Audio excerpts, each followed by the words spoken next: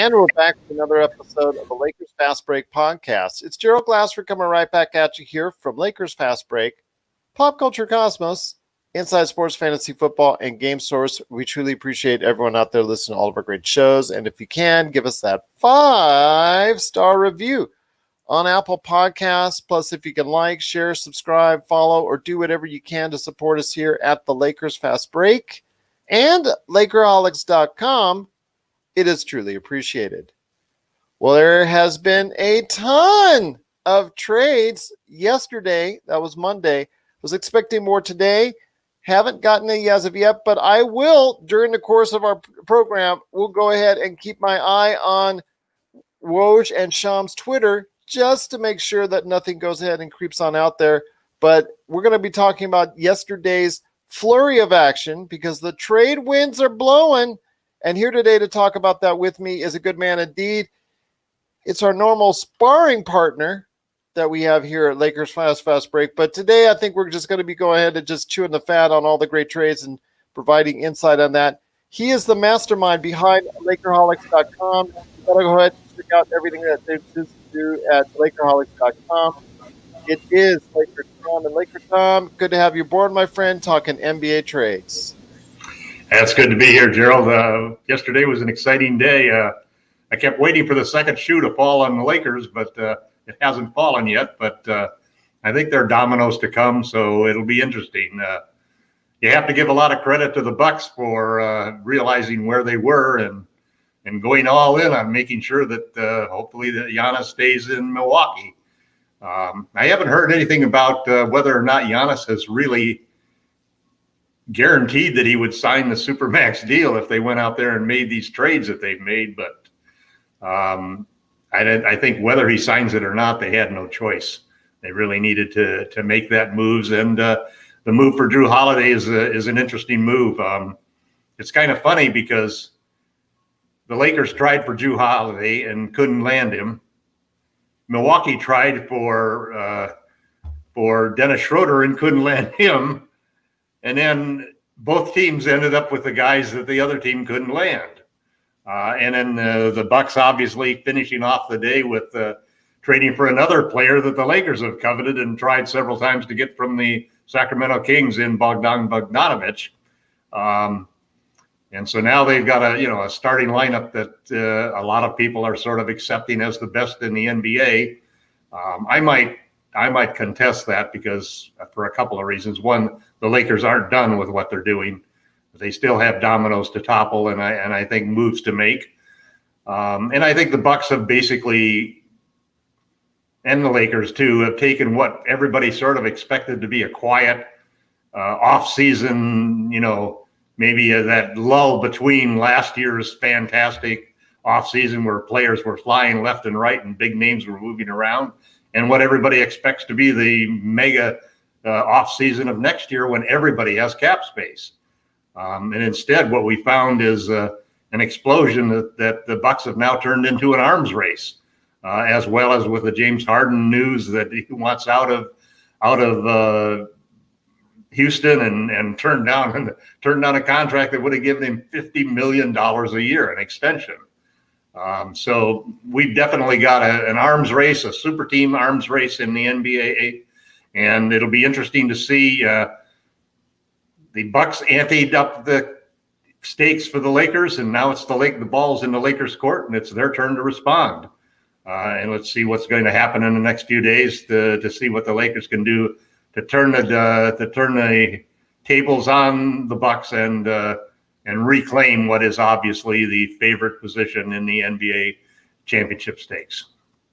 Well, we'll see what happens, and we'll break down the trades right here for you. Obviously, the Bucks did make two moves that have shored up their starting lineup, so to speak, to be one of the most competitive in the NBA. And we'll talk about that here in a sec. But obviously, it was something that we covered on our championship roundtable part 4, and that was the Lakers trading Danny Green and the 2020 first-round pick, although, as I've stated before, they have to go ahead and make the pick due to the Ted Stepien rule, which I think is the most overrated rule in the NBA draft, because people are trading all their draft. Look at Houston, who's traded all the way their, so many of their first-round draft picks year over year over year over year. Anyways, So they'll actually make the pick, but they'll send that pick to the Oklahoma City Thunder for Dennis Schroeder. Again, I know you thought this was a great trade. I thought it was a very solid trade as well. I'm looking forward to seeing what Dennis Schroeder, who can either play off the ball, on the ball, obviously very capable of guarding some of the best point guards in the NBA. Plus, he can come off the bench or start for you. I know you've spoken about him starting. I think it's all up in the air based on what Avery Bradley's going to do. But again, your thoughts real quickly on the trade for Dennis Schroeder of the Oklahoma City Thunder. Well, I think in retrospect, a couple of things sort of jump out at me is first, when you made your comment about the Septian rule, and what's interesting is that we are going to have a new negotiation for the CBA. And there's a lot of teams in the competitive positions now that like the Lakers, that don't have any more draft picks. You kind of wonder whether or not some of the teams might feel that it's time to get rid of that rule. It's not even a rule anyways. It's not even a rule anyways. I mean, because you can literally just go ahead and draft in 5 seconds later. Trade. You have to wait for the draft, and you can't send those future picks out there. It's a formality. The other side of it is, imagine what the league might be like today and the trades that went down if there wasn't any Septian rule. I mean, because there could be a lot more announced on Wednesday that are already formalized. Yeah, I mean, in a way, I guess what I'm saying in a way is the players could argue very strongly that rule is restricting movement of players, and some teams, a lot of teams now, are all of a sudden finding themselves in a situation where, it's hard to make moves. It's just an interesting little offside subject that I wanted to throw out there and see what you thought. Well, I'll just say this. There is really no Stepien rule. You can just basically throw them because and in fact, with Shams and Woj reporting everything out there, it's hard to keep these trades secret. So if there's something solid that's already materialized, and again, this is just formality, like you're doing, like we already know with the Lakers, they're trading and they're instantly giving away. There is really no Stepien rule. It's just a formality. I mean, again, look at Houston, who has not had a first-round pick in years. It's just a joke at this point. They just make. But I'd love to be able to trade our 23 and 25 picks. Well, they will. They can't do it now, but they can do it in 23 and 26 because we've already traded the 25. See, so it's kind of the rule is clogging up what I think is a desire of the players, especially, and the teams, to open it wide and let's make more trades. They just can't. They can't. They can't do it now. Coronavirus climate that we're in now. Well, they just can't do it now. They can do it in 2023 and 2025. They can instantly trade that draft pick. But you're right in the sense that it's not 100%. You get off the. Imagine how much more flexibility the Lakers would have right now if they had one more future draft pick that they could trade. Oh, there you go. Absolutely. Right now, it could be a major difference now. And instead, what's turned out is that it's now all of a sudden a sign and trade for KCP has become a major trading chip for the Lakers. And again, that's his future. That's a rumor too. We're seeing how well that's going to play out because he does want to get paid and will get paid a lot of money here in just a short period of time. He did opt out. And that's basically what we're seeing today as of this point in time is either the heavy rumors about James Harden and the Nets or who is opting in and who is opting out of their contracts. So I'm not seeing any action today per se. But yesterday, again, there was a flurry of action, and it started off with the Phoenix Suns acquiring Chris Paul from the Oklahoma City Thunder. Again, a very busy team who have like 500 draft picks now, but they wanted to get off that Chris Paul contract because they know they're in a rebuilding stage. They actually went ahead and got Kelly Oubre Jr., Kelly Oubre. They got Rubio, Ty Jerome, other picks, other players as well. So basically, they are at this point in time giving the Suns a chance to go ahead and compete I'm not sure if I'm sold on them being a middle of the pack as far as 4th or 5th, but I see them now being a very solid 7th or 8th team in the Western Conference. Yeah, I think I agree with you there. It's kind of it shows you the different mentality between franchises. The Lakers play for championships, and the Suns, unfortunately, are playing to try to get into playoffs. They when you look at it that way, and you say a 7th or 8th, they'd be happy to do that, and they're willing to take Chris Paul, compromise by sending out some young talent that they have. I mean, frankly, personally, I would have said go after Fred VanVleet, or and make a move like that for a point guard where you really maybe you won't make it in the next 2 years, but 3 or 4 years from now you're going to be in a much better situation. Yeah. But the other side of it too is it's tough when you're a small market team and you look at the competition that you face in the West. You've got the Lakers and you've got the Clippers and you got the Nuggets coming up. I mean, it's difficult to get into that top 4 on the Western Conference, and so I guess it's baby steps one at a time. They really feel that Chris Paul's got a lot left in the tank. I think he'll be great. I think he'll be a great mentor for Booker, who's a rising young star who has great potential. And the West is going to be vicious. I mean, the Suns are not going to be an easy out. They've got some talent, and it'll be interesting to see. After years of failure, after the loss of D'Antoni and that whole era of Steve Nash disappeared, the Suns may be back in the game, and it'll be interesting to see. Going down to Phoenix and play, they're talking about playing these major league MLB type series and having actually people in the same division may play each other 6 times so that they can go in and have a 3 games away and a 3 games home series. I really like that idea of going in and playing a team 3 times in almost like a mini playoff, like a 3-game playoff in the middle of the season, just to see who comes out ahead. And that rubber game could be really interesting in a lot of these series.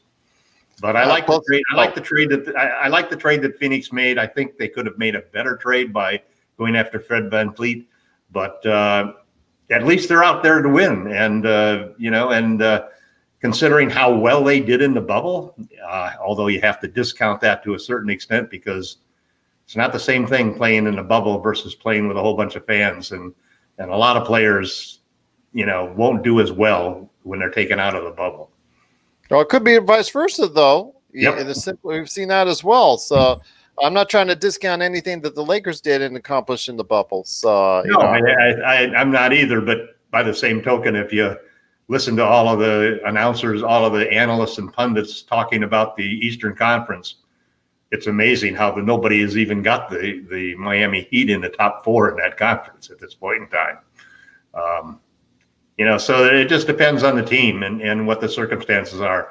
The Clippers and the Bucks both folded. The Lakers punched through in great style, and teams like Miami came up. So it'll be, in this coming season with maybe only 5 or 6 teams having fans in the arena, the coming season is going to be another one of those abnormal situations, whether you want to call it a gold star season because it's more difficult or an asterisk season because you got certain advantages. It's not going to be the old normal. You're not going to see Staples Center filled with fans. I'm hoping with the new vaccines and so forth that maybe by the time we get to June, we might have fans in the final. We might have fans in the finals and be playing on the floors in Staples.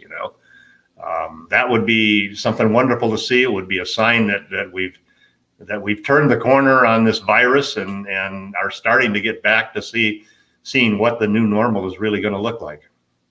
Well, the Suns did make the effort to go ahead and get Chris Paul. It does send a message to the league that they are trying to go ahead and compete this season for a playoff spot. Plus, for Chris Paul, it's going to be an opportunity to showcase his wares as another mentor to Devin Booker, DeAndre Ayton. They've got a decent lineup there, so I see good things in the future going forward for the Phoenix Suns. And, if Chris Paul has his golf game ready, it's a great place to go ahead and go and stretch out your golf game right there in Phoenix.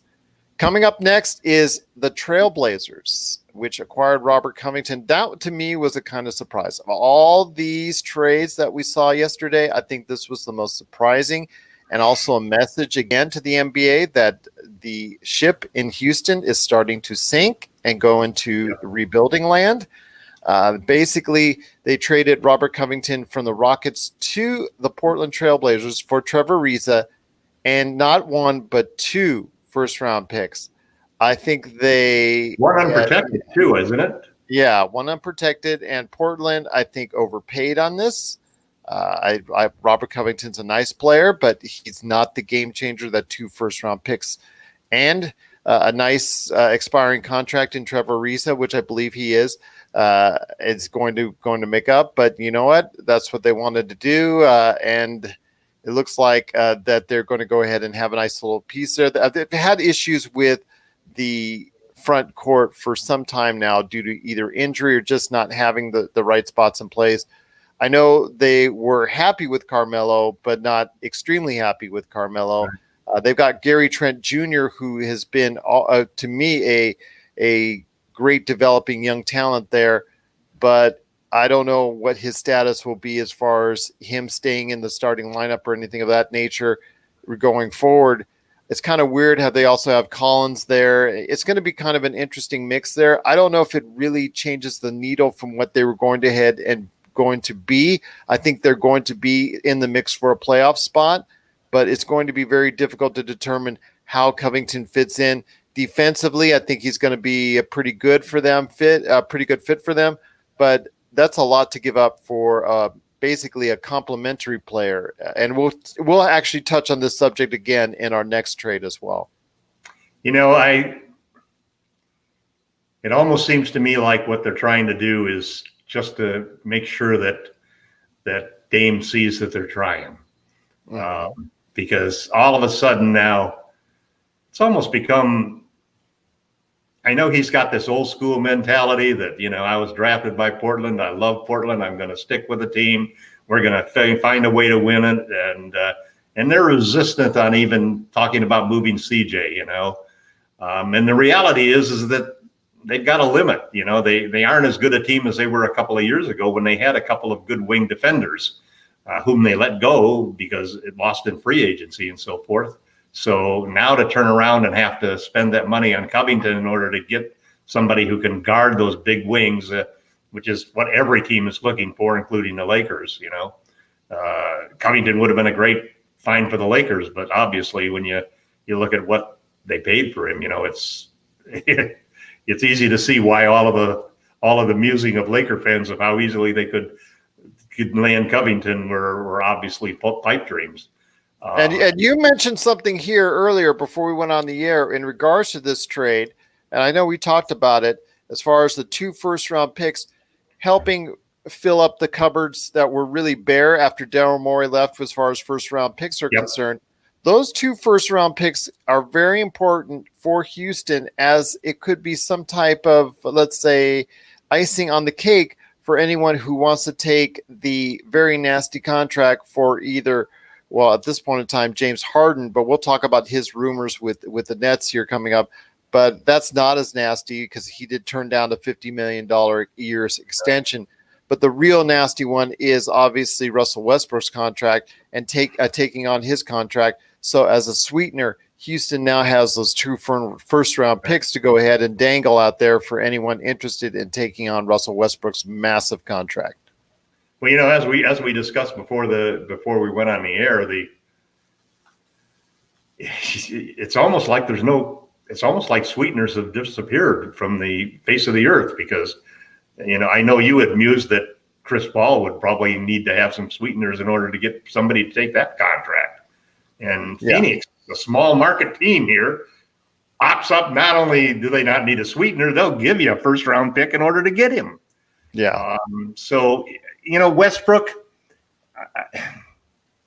he's a name. You know, there are teams like the Knicks basically that need somebody to draw people into the garden, and Kevin Knox is not it. So, you know, I think that I don't even think they're going to need a sweetener for him, and the Rockets definitely need to draft some people. You know, I mean, and you already see now. Well, now, but let Seems me like just the say this. Pelicans are trying to move up in the draft with using these multiple picks that they land. I expect that Oklahoma City will be looking to do the same thing, aggregate picks in order to move up to get impact young players.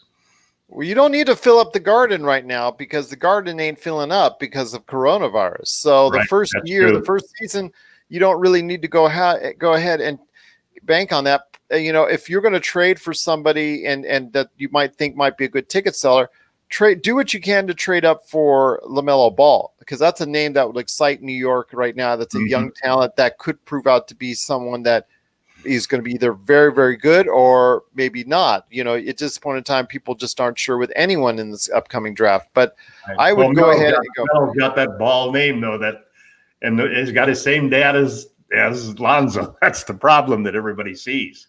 The dad has not been as vocal in recent years. And I think he learned a little bit of lesson with Lonzo. But in a lot of ways, though, Melo is maybe got the biggest upside I see. And I haven't followed the draft anywhere near as closely as you and Raphael have, but I followed Melo because I've always thought that I've always been a fan of Lamar's just simply because I'm a fan of the underdog. Yeah. And he raised some kids who maybe are different. They play different and he has a different style. But the one thing I think that always irritates me is people insinuating that he hasn't been a good father and that he hasn't really developed character in his kids. And yet I don't see that. They never been in trouble. They've always been upstanding kids. He seems like a good family man. He may be a little erratic in his business and his promoting of his son and trying to share the limelight as a father of a superstar. And that's hurt his kids in a lot of ways. And I think it's hurt Melo. But I think Lamar loves his kids, and I don't have a problem with him that a lot of people do. I think Melo may be even more talented than Lonzo was, but he's got holes in his game just like Lonzo does, and most of the players at the top of this draft have those holes of some sort. That makes it a tough draft. It's a tough draft to have the number one pick. Well, I will go ahead and say this. We had a viewer come in and ask a question.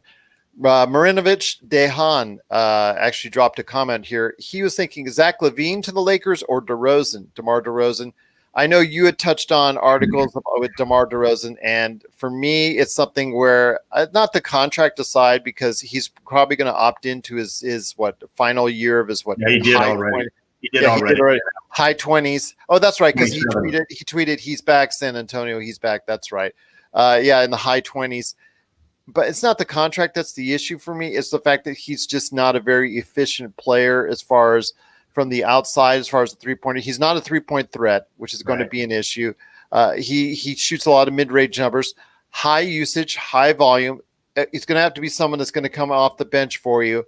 I'm not sure he's going to be able to accept that role 100%, but on the Lakers, that's going to have to be a reality. I would take Zach Levine, a little bit younger, a little bit more athletic, even though he hasn't proved it, could be better on the defensive end with a little bit better mindset. And when you come on the Lakers these days, you have to have a more defensive mindset. He can also high volume, high usage shooter, a little bit better from the outside. I would say it's a good question, by the way, Dehan. I would probably say of either, it was going to be, for me, Zach Levine. I want to hear your thoughts, LakerTom. And again, thank you so much for the comment and question on that. Well, I've always been against guys that can't shoot the three. And more importantly, the problem is that in the case of DeMar, he's not a good defender either. Yeah, so absolutely. He's like a no 3 and no D guy. Yeah. But I did write an article that basically said, okay, I can understand where the Lakers are coming from. He's on an expiring contract. He definitely can get points, but if you were to bring him in, you definitely have to have a stretch five center. You have to have, somebody like Serge Ibaka, like Aaron Baines or something like that, who's a prolific outside shooter, who's going to draw that guy out of there, because otherwise you're just going to clog things up for LeBron and AD. And I still you still hear rumblings that there's a possibility the Lakers might be interested in him. As for Zach Levine, I love Levine. He's not a great defender either, but he's got athletic talent that in the right scheme of things and with a peer pressure of a LeBron James and Anthony Davis, he could fit great with the Lakers. I just don't think we have the trading chips to get him. The guy I think we might be able to get is the gamble, is Victor Oladipo. I very much like the idea of a sign and trade of KCP and Kyle Kuzma for Victor. There was a big article the other day that Victor's trade value has just plummeted because everybody is just worried about his attitude and the injury, that quad injury. But he's a guy who was a all defensive and all NBA player 2 years ago.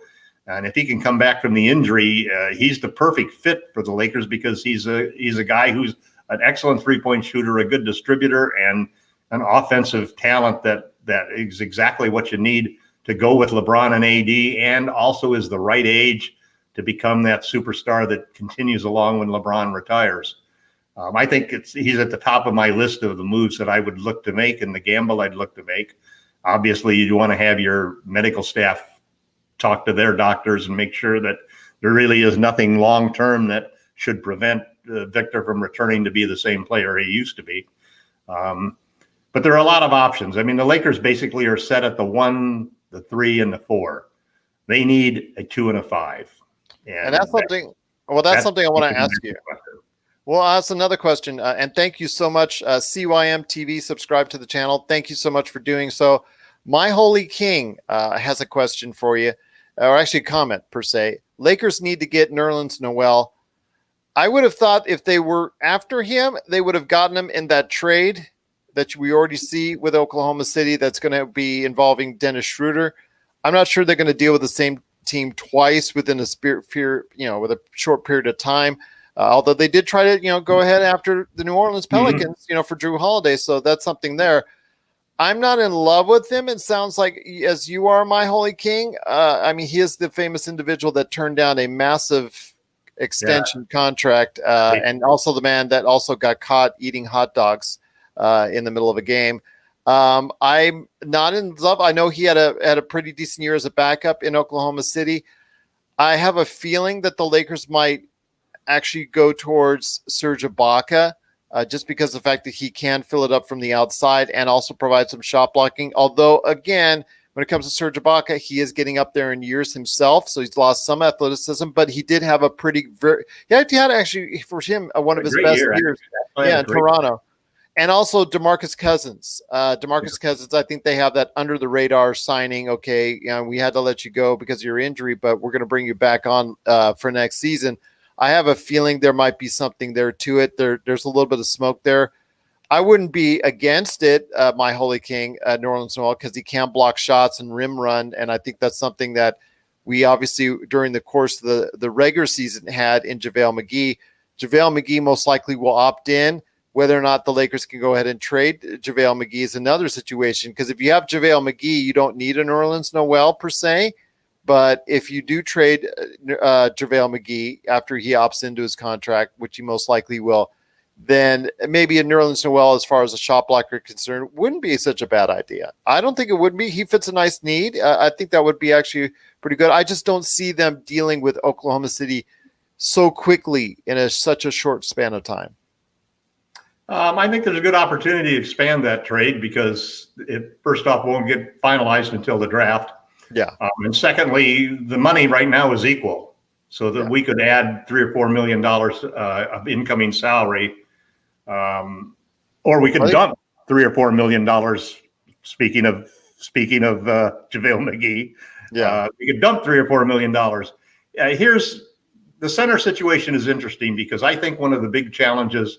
One of the things that Frank Vogel learned during the playoffs was the value that he had when he was able to play a stretch 5 center. And that was when we were having Anthony Davis play the 5 and Markieff Morris play the 4. And even though sometimes you'd see Morris guarding the big center on the other team and banging around underneath. And Morris is a real important clog for us to get back. But I think the next move that the Lakers need to make in the evolution of the team and the evolution of Frank Vogel as a head coach is to make sure that we have a modern three-point shooting center. And I think that the logical choice is Ibaka because he's 7'1", 250 pounds. He can bang underneath. He shot 39% from deep. He had one of his best years. He only played like 25 minutes a game. But on the Lakers, because AD is going to play center for a good portion of the time, you really don't need to have two. You don't need to have a full-time five out there. So I think that the logical move, if we can pull it off, and depending on who else is going after Ibaka, is Ibaka and Cousins as the modern version of Howard and McGee. Now, it's kind of interesting because through the years, if you followed me on Twitter or at Lakerholics.com, people will find that there have been two centers that I've always liked and wanted to have on the Lakers. Willie Cauley-Stein and Nerlens Noel. I really liked Willie Cauley-Stein when he was drafted coming out of Kentucky, and I followed him for a while, but kind of just went off the radar. I would be disappointed if we went in that direction at this point in time in the evolution of the team and the way that especially when we're going to be playing the Bucks, who've got a guy that's going to be raining threes from outside and Lopez at the 5. I think we need to do that same thing. I think that there's too many games that guys like McGee and Howard and Willie Cauley-Stein and Nerlens Noel become unplayable in today's NBA. Well, we saw that.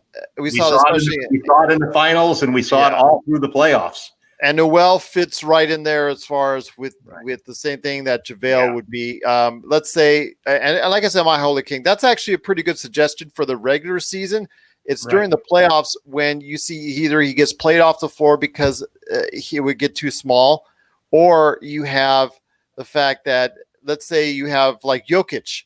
Jokic abused McGee, just power upon power, backed him in on those about 3 or 4 times right in the first quarter.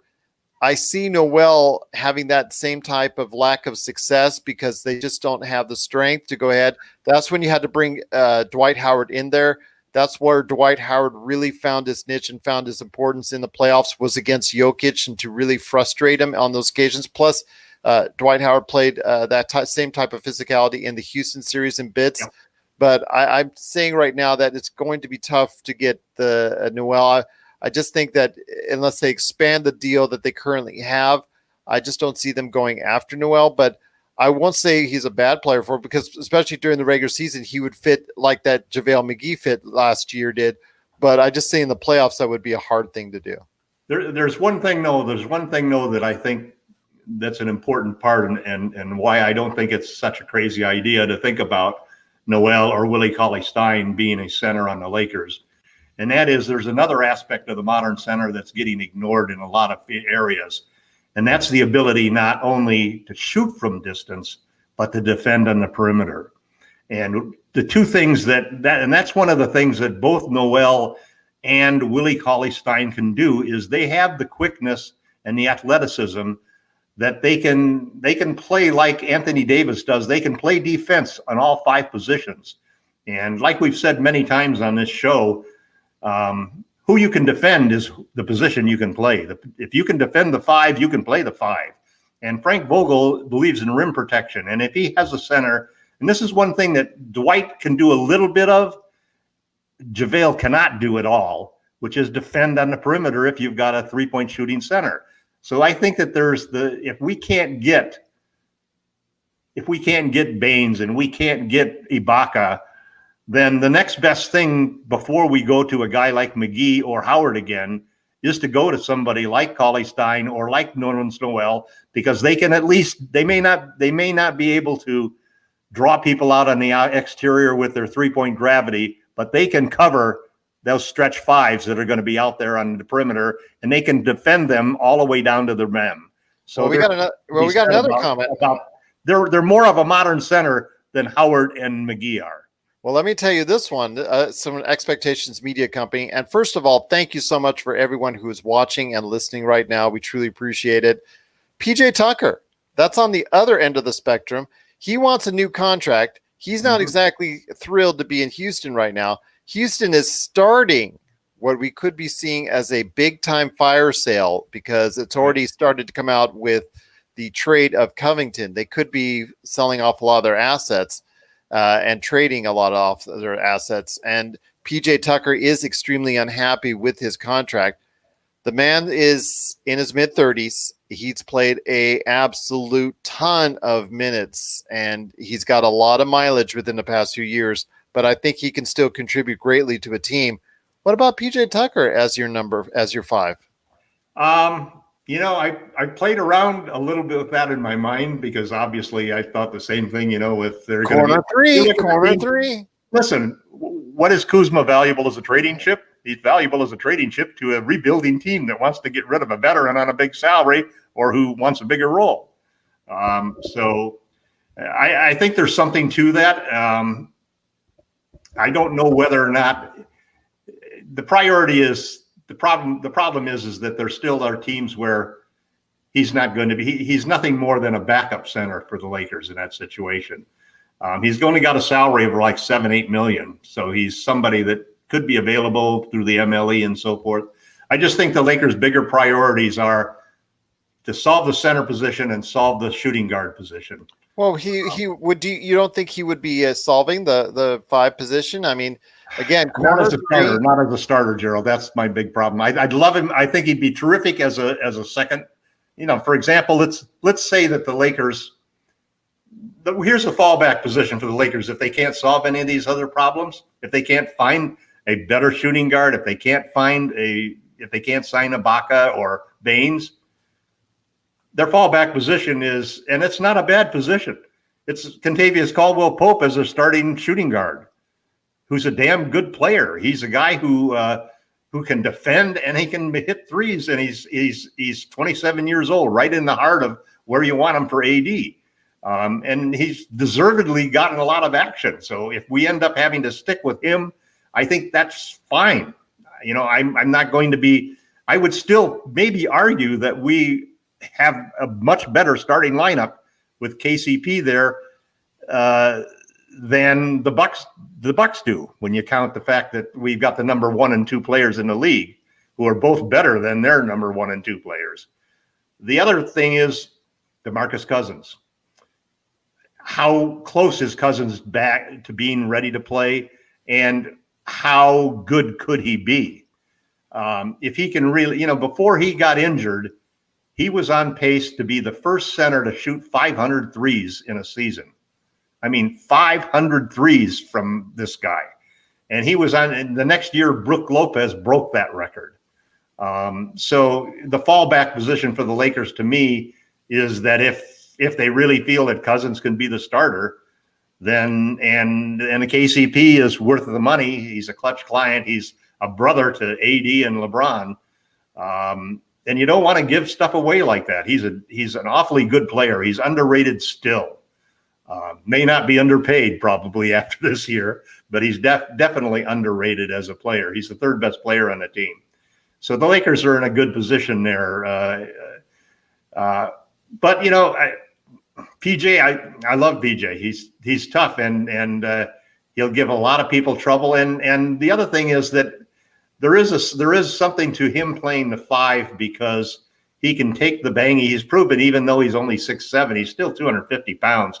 He can take the banging down low, and that leaves AD free to float as sort of the free safety shot blocker. Help shot blocker on the Lakers. Well, he'll have to improve on that. His already good numbers in shot blocking because, the Lakers, they were known for being one of the top shot blocking teams in the league. And if you do get PJ Tucker, who, again, like you said, as a low post defender is incredible. And the Expectations Media Company, you're a great It's call not bad on that. sitting in the corner and shooting 45% either. Exactly. But the thing is, one of the keys to the Lakers' success was their shot blocking ability, and you lose a little bit of that with PJ Tucker, but you get a low post defender, like you said, that will free up Anthony Davis. The thing is, though, expectation media company, he makes around 7 to 8 million. He wants a big raise because he thinks he's a more integral part. And depending on how much time, he's not going to be playing 35 minutes a game on the Lakers. He might be playing 25, maybe 30 at tops, but he's not going to get the huge amount of minutes that he once did at Houston because they would want to save him for the playoffs. But I will make a straight up trade with him. The numbers are right, so you can make a straight up trade with him and Kuzma. But he wants a raise too, so that's another thing you want to consider. Do you want to pay over $10 million? Well, it's also an expiring contract, which may become less important now that Giannis is possibly staying with the Bucks. Possibly. But expectation media company. I appreciate you throwing out that there, PJ. I wouldn't be sad with PJ Tucker. PJ's good suggestion. PJ, I just would worry because, like I said, he's got a lot of mileage, though. That's the only thing I worry about. He's already, 36, 35, 36 in that range. I'm just worried about that. But, again, if he gives you one great year like he did last year, and like you said, 40% plus from the three-point area from that corner, I am in the corner, pass to me. That would be awesome for the Lakers to go ahead and get. I would see it as a nice fit. I would see it as a nice fit as long as they go ahead and get someone like an Ibaka or maybe even Cousins to go ahead and stretch the floor even more, but give you a little bit more size as a type of type of switch type deal as well. But PJ Tucker coming to the Lakers wouldn't be a bad deal. Neither would New Orleans. Noel. There's a lot of great options for the team. But before we head on out, my friend, we do want to talk the Milwaukee Bucks because they did make a couple trades, like you said, with trying to appease Giannis and hoping he'll stay. And even if he signs the massive contract, that's not a deal breaker for if he wants to go ahead and if they don't perform at the level they need to, he could become miserable the next year. He'll do the Paul George clause, which is I'll sign this Supermax deal, but you got to promise me if I want to go in a year that you won't resist and you'll try to make a trade. Yeah, exactly. So be that as it may, the Bucks did make two great acquisitions yesterday. One I'm kind of a little bit on the fence on, and one I'm kind of really high on, and that's the first one. I'm going to go ahead with the one I'm really high on, and that's the Bucks acquiring Bogdan Bogdanovic from Sacramento for Dante DiVincenzo, Ersan Ilyasova, and DJ Wilson. I know that's a lot of talent to give up for the Kings, but I don't think it's to the level that Bogdan is, so I think that's a really good move for the Milwaukee Bucks, so I think they won that one. Unless Dante DiVincenzo becomes a star, that we'll have to wait and see. I like Dante a lot. I like Bogdan a lot. I think he's going to be a great fit in Milwaukee. I think that was a smart move by them. The other move, though, and they had to overpay, and that's the thing. They really had to overpay on it, is that they acquired Drew Holiday. AD money. They paid AD money. Yes, they paid an AD trade for Drew Holiday from the New Orleans Pelicans for Bledsoe, Eric Bledsoe, George Hill, and 3 first-round picks and 2 first-round draft swaps that are coming at some point in time in the future as well. So essentially 5 first-round draft picks, like you said, AD-type trade for a guy who's made the All-Star team once, who is a very versatile guard, and obviously would have been a great fit on the Lakers, and I know the Lakers were after him as well. So a very solid player, very, very solid player. I know he is a good defender, can do a lot of things, and also basically give you a lot on the offensive end too. He is a very good player in this league, and he could be somebody that could help the Bucks get over the top. Just how good a trade. I know they had to overpay because you're in the market. He was the most wanted individual on the open market right now. But your thoughts on the Bucks acquiring Bogdan Bogdanovic and Drew Holiday? And I do see your comments, guys, that'll come up next. I guess I kind of have the flip-flop feeling about it. I think the big trade that was really important to Giannis is Drew Holiday because he's a real two-way player. And he's going to, they gave up, when you think about, when you watch the Bucks play and other than Giannis and who's the other, the small forward? Chris Middleton. Yeah. But when you set Giannis and Middleton aside and you look at the other players that contributed to that Bucks best record in the NBA, it was those guys that they traded. It was that Bledsoe did have a bad playoffs, but he, he and George were both George great. Hill led the league. Provided good leadership at the point guard, and then the guys who shone off of the bench, DiVincenzo was terrific. DJ Wilson, it looks like he has great potential talent. And I don't see Bogdanovich. Bogdanovich is an upgrade over any of those three players, but they're going into the league with 5 players, and they're going to have 7 or 8 minimum salary players on that team.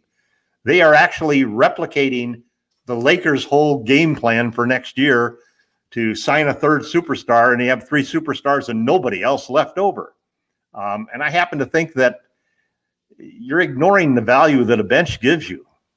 Yeah. And if I grab something that you talked about on the last podcast that we had, Gerald, how much more important is a bench going to be this year with coronavirus going around and we talked about lots of back-to-backs and so forth.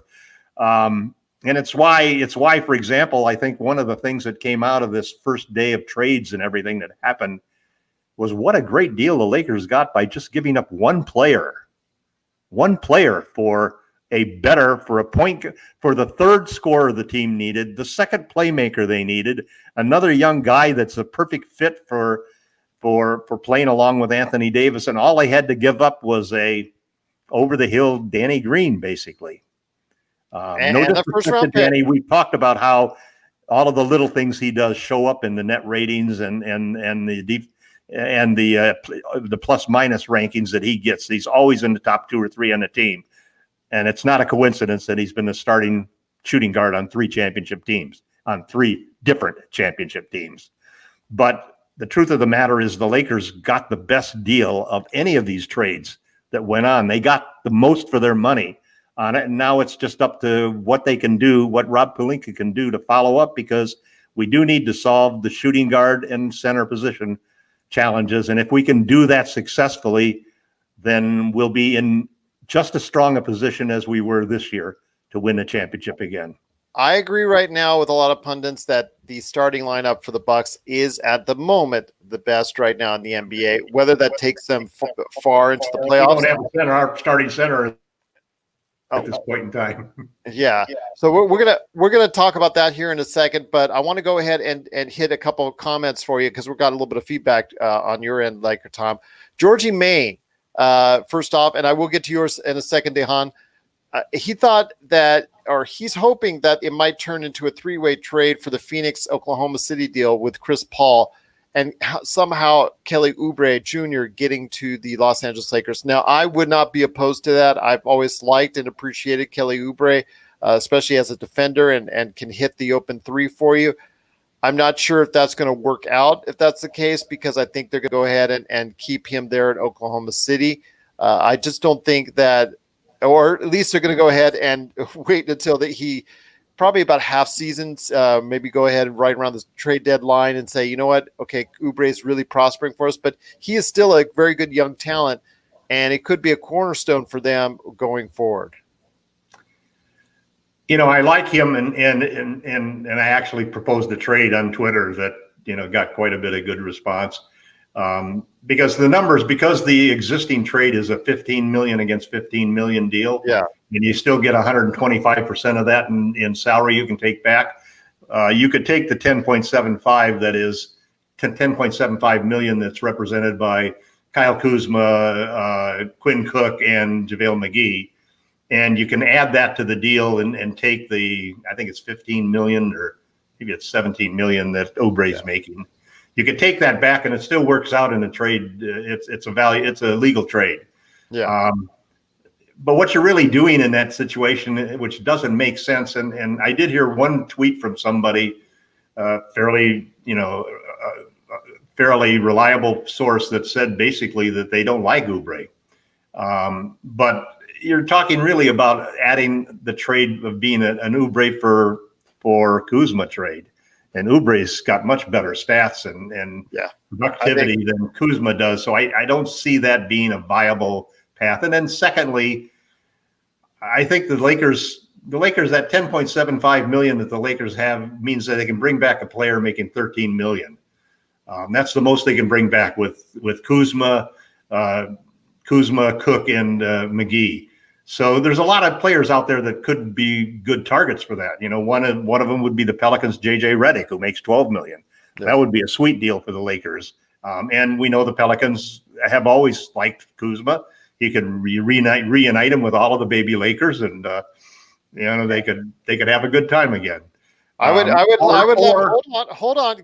Add this onto it. Get JJ Redick and George Hill. Bring them over the Lakers. It's a possibility. It's a possibility. The problem is that George. I don't remember what George Hill's making, but that's what's going to throw the numbers off. See, that would. So the next step for the Lakers, if they can't make that deal with the Kuzma, McGee, Cook package, which is the only other package they have, unless Avery Bradley decides not to exercise his player option. So then the only other way that you can enhance that deal, and you're really going after players that you probably don't want to give up, players like THT and Caruso. You want to hang on to those guys because they're valuable bench players. So the next step is a sign and trade for KCP. You say KCP gets an offer from somebody for $15 million a year, $45 million, 3-year $45 million, or a 3-year, $18 million, $54 million contract. Yeah. And it's very possible that he might get an offer like that from Atlanta. So, then you could turn around and say, okay, well, what if we include KCP in that package? And all of a sudden you're up to, you can go after a player making $27 million. You could go after DeRozan if you wanted to. Yeah.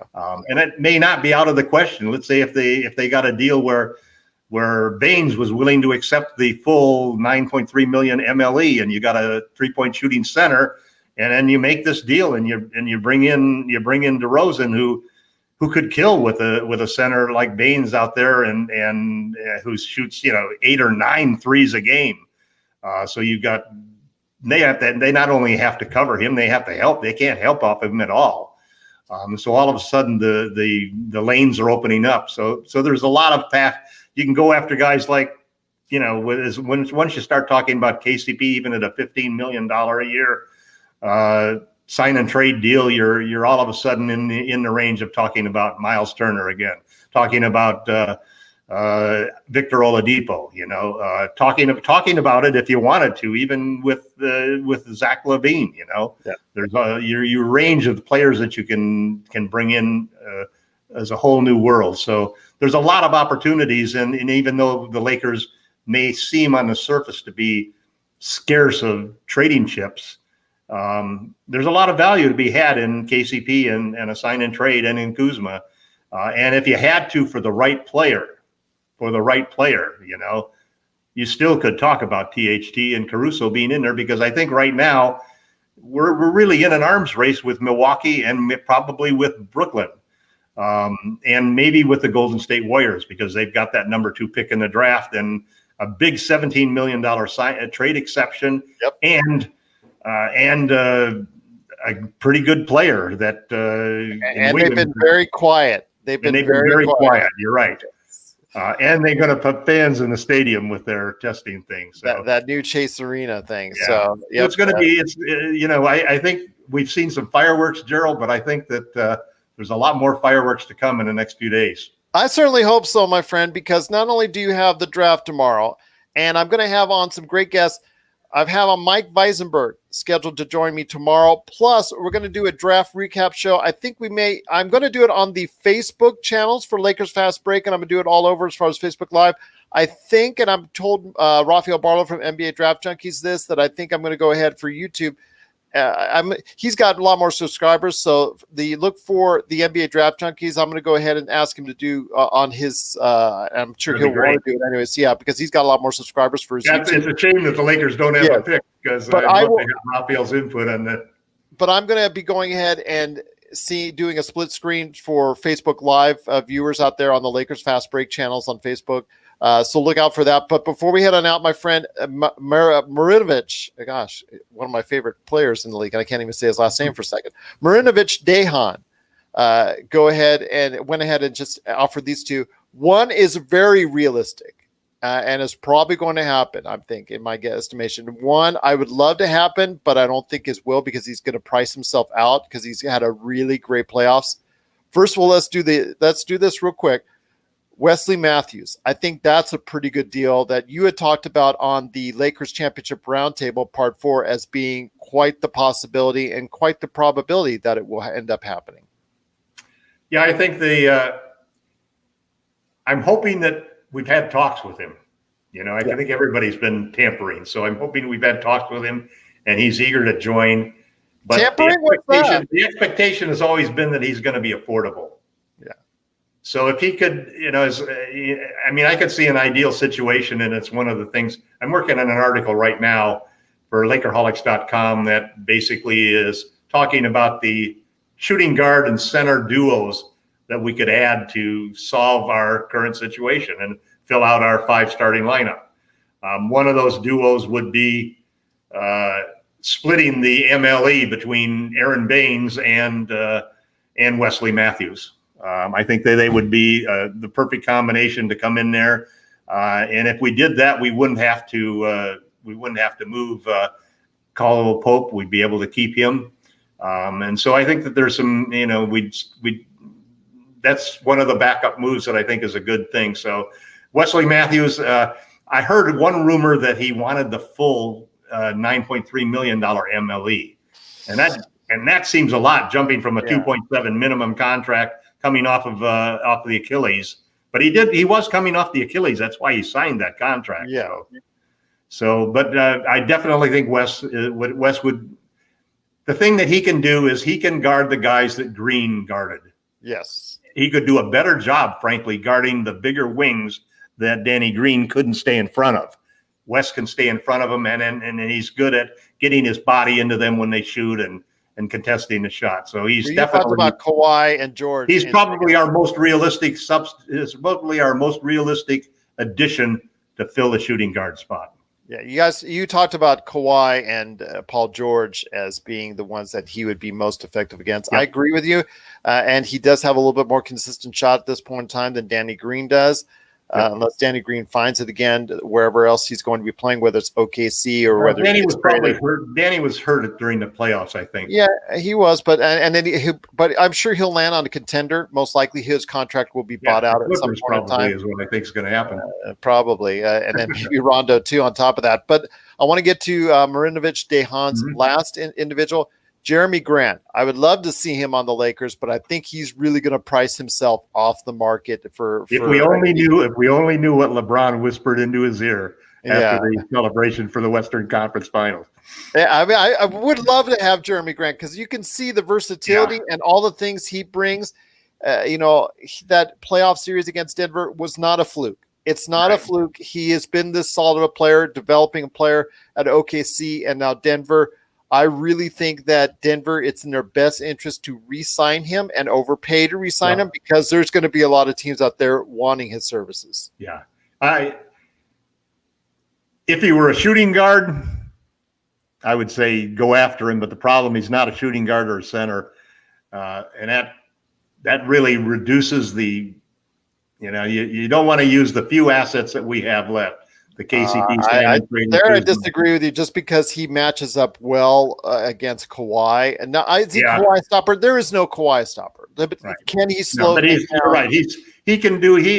It comes down to where And listen, frankly, I could see Frank Vogel siding with you, Gerald, because he could be the big defender that we lack against those guys, an equal-sized defender. Just imagine if LeBron doesn't have to play those guys and Jeremy Grant does. Just imagine. I just am focused on more that we need to solve the shooting guard and the center problems. I mean, that's the same way I feel about Gallo. Gallo is not a bad defender, but he's not a great defender, but he's an elite offensive player. Yeah. And if he was willing to sign for the $9.3 million MLE, you could argue him against almost anybody else for that same position of how we could transform the Lakers. But Jeremy Grant, I would say, just because he's younger, would probably be a little bit better fit for me, just because and also there's always that long term. I agree with you there. That anytime that it's like that's one of the things that's so wonderful about the Schroeder deal. If you can get a guy who's also going to be there when LeBron's gone, that makes the Lakers so much better. And we mentioned him real quick. George Hill, He might not be available for a trade for the Lakers, but if he stays on New Orleans and New Orleans doesn't have the season that they want, plus there's 3-point guards now. Well, hold on. How many guards do they have now? They have 3-point guards right now listed, which doesn't make Alonso's days any easier. But might get waived. I will say he'll either be waived or at least bought out if he isn't traded sooner. So if he's bought out and his contract is bought out, that's a key right there because he did shoot 46% from the 3-point area. That the only problem with the buyouts and the waves. Before everybody was talking about how the Lakers was the only place. Well, now the Bucks have got like 5 or 6 slots that they're going to have to fill with that too. So there's going to be a lot more competition for those guys than we might have thought at the start of the season. Well, I'll tell you what, good suggestions from the listeners. Yeah, you know what? You guys have been great out there. Listeners like Georgie Main, Marinovich, Dehan, Expectations Media Company, Georgie Main, like I said, My Holy King. And I tell you what, I have just ultimate respect for you guys for going ahead and listening and watching us. We wanted to shoot off about all the NBA trade flurry, and we didn't expect all these great comments. So that's just like, it's like you have this Sunday and you have all the nuts and the cherry on top. That makes it even much better. Which you guys go ahead and telling us your thoughts and your comments. You guys, great suggestions, just awesome fits all the way around. Could the Lakers get any of those players? We'll wait and see, but I'm hoping for some great action because there has to be a lot more action to come because we've got, again, free agency on Friday and the draft on Wednesday.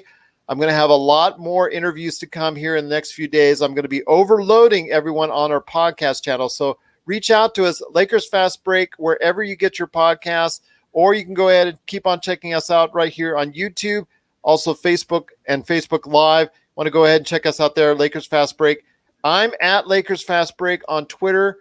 Also as well, LakerTom at LakerTom on Twitter. Check out all the hundreds and hundreds of articles this man does on his medium.com or his Lakerholics.com page. Lakerholics.com. If you're a Lakers fan, it's the best place to go. You go ahead and interact with other great Lakers fans. There's great articles always being done by LakerTom. There's stuff done by me, Rafael Barlow throws in stuff there. Also as well, Sean Grice, a.k.a. Magic Man. And, of course, Jamie Sweet with his 5 great things at Lakerholics.com. So I really hope you guys get a chance to check that out, Lakerholics.com. But LakerTom, any last thoughts on the way out? I think we've pretty well covered it, Gerald. It's we'll have to see what happens. There may be so much action that we have to come back on Friday and do another podcast. But it's been a great time here at Lakers Fast Break. I invite all of those people who are watching the show and listening to the show to stop by, sign up, and become a member at Lakerholics.com. You'll enjoy the conversation. Everybody is treated with great respect, and the type of comments that we heard today from the listeners are exactly the types of things that we're always talking about every single day at Lakerholics.com. And if you want to hear us as far as either on the air screaming at each other, or you want to go ahead and see us in writing, we're a lot crazier. We've actually been on our best behavior here for today's show. But if you want to see that type of first take back and forth sometimes, because LakerTom does have his trades that are eye-opening, to say the least, at some point in time. It's a lot of fun, though, but it does get heated from time to time. But also, we do respect everybody else's opinion out there. And they go ahead and comment freely on it. It's Lakerholics.com. Again, Lakers Fast Break, wherever you get your podcasts. I'm going ahead and, like I said, I'm going to produce a ton of audio interviews. I just had Mike Lenoir, NBA draft hopeful. That's already up on the Lakers Fast Break channel. Our Lakers Fast Break, Lakers Roundtable, Part 4 is already up. Rafael Barlow for NBA Draft Junkies, NBA Draft Preview, that's already up. We've had a Lakers Retrospective Part 1 that's also on there as well. That I think I really did a great job on it. I'm not saying that as far as that's a great podcast. It was something that I really worked a lot on, like a best hits version. Of Lakers Fast Break. Yeah, and if you really get a chance, it's Part 1 covering the Lakers championship season. So I hope you get a chance to listen to this as well. But I'll tell you what, my props goes out to everybody who took the time to watch us and listen to us today. Thank you so much. We've had so many great compliments. Georgie, Dehan, you guys are great. Expectations Media Company, you're awesome. Thank you so much for everybody who watched, everybody, my holy king, everybody who watched, everybody who listened, everybody who subscribed to our channel. We truly appreciate it. And we'll see you very soon. Again, I've got interviews all this week coming up right here at the Lakers Fast Break Podcast. Thanks for watching, everyone.